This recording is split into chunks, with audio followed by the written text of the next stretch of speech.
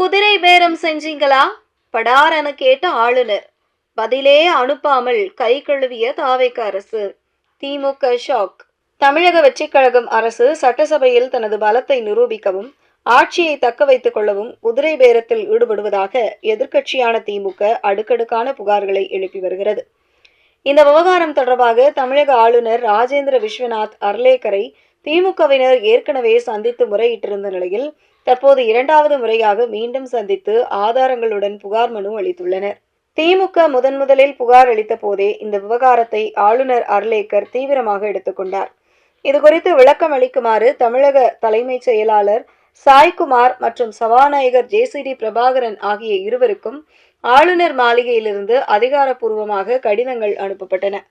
இருப்பினும் இந்த விவகாரத்தில் அரசு தரப்பிலிருந்தோ அல்லது சபாநாயகர் அலுவலகத்தில் இருந்தோ இதுவரை எந்தவிதமான விளக்கமும் பதிலும் ஆளுநருக்கு அனுப்பப்படவில்லை என்று கூறப்படுகிறது.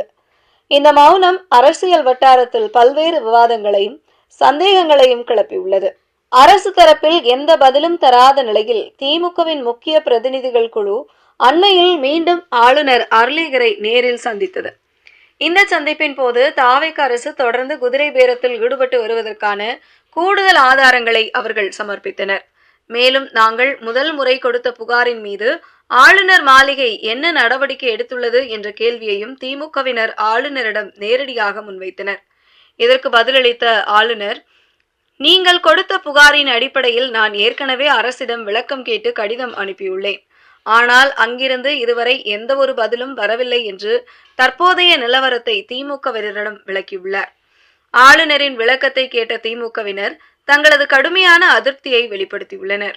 ஆளுநரிடம் அவர்கள் பேசுகையில், நாங்கள் புகார் அளித்து நீங்கள் விளக்கம் கேட்டும் தாவேக அரசு பதிலளிக்காமல் மௌனம் காக்கிறது என்றால் அவர்கள் குதிரை பேரத்தில் ஈடுபட்டதே அவர்களை ஒப்புக்கொள்கிறார்கள் என்றுதான் அர்த்தம் என்று வாதிட்டுள்ளனர். தற்போது இரண்டாவது முறையும் நாங்கள் தகுந்த ஆதாரங்களுடன் புகார் கொடுத்துள்ளோம். இதன் பிறகும் தாவேக அரசு மீதும் சம்பந்தப்பட்டவர்கள் மீதும் உரிய நடவடிக்கை எடுக்காத பட்சத்தில் நாங்கள் இந்த விவகாரத்தை நீதிமன்றத்திற்கு எடுத்துச் செல்வோம், கோர்ட்டுக்கு போய் சட்டப்படி இதை சந்திப்போம் என்று திமுகவினர் ஆளுநரிடம் திட்டவட்டமாக கூறிவிட்டு வந்துள்ளனர். திமுக கொடுத்த இரண்டாவது புகாரை தொடர்ந்தும் ஆளுநர் அர்லேக்கர் தற்போதைய அரசுக்கு மீண்டும் ஒரு விளக்க கடிதத்தை அனுப்பியுள்ளார்.